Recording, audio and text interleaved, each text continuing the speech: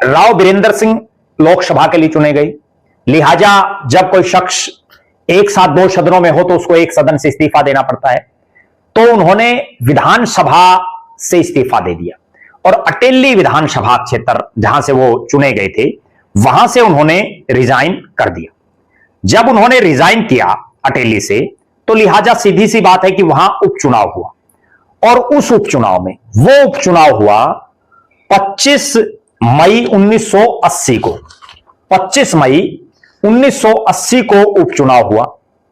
इस उपचुनाव में भारतीय जनता पार्टी ने पूरे देश भर में पहला प्रत्याशी मैदान में उतारा।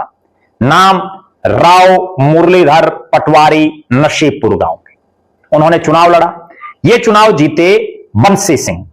बंसी सिंह का भी बहुत बड़ा नाम है यहां की राजनीति में, कांग्रेस के प्रत्याशी।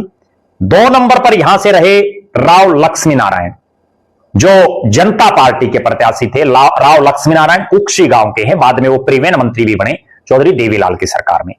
और उसके बाद जो मुरलीधर राव हैं, उनको 2353 वोट मिले और वो चौथे नंबर पर रहे। कुल मिलाकर के 5 प्रत्याशी इस चुनाव मैदान में थे, जिनमें राव बंसी सिंह चुनाव जीते और जो है राव लक्ष्मी नारायण यादव वो दूसरे नंबर पर रहे। और भारतीय जनता पार्टी के देश भर में जो पहले प्रत्याशी थे मुरलीधर पटवारी, वो चौथे नंबर पर रहे।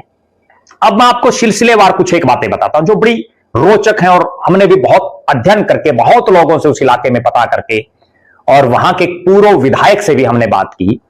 उसके बाद जो निष्कर्ष निकला वो यही था कि कांग्रेस पार्टी के जो राव बंसी सिंह हैं, जिनका बहुत बड़ा नाम रहा प्रदेश की सरकार में, और राव बंसी सिंह का गांव मंढाना है, वो पंचायत मंत्री भी रहे।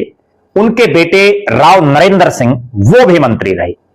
यानी अपने आप में एक बड़ा राजनीतिक घराना रहा, जिसकी टक्कर में भारतीय जनता पार्टी ने अपना प्रत्याशी उतारा।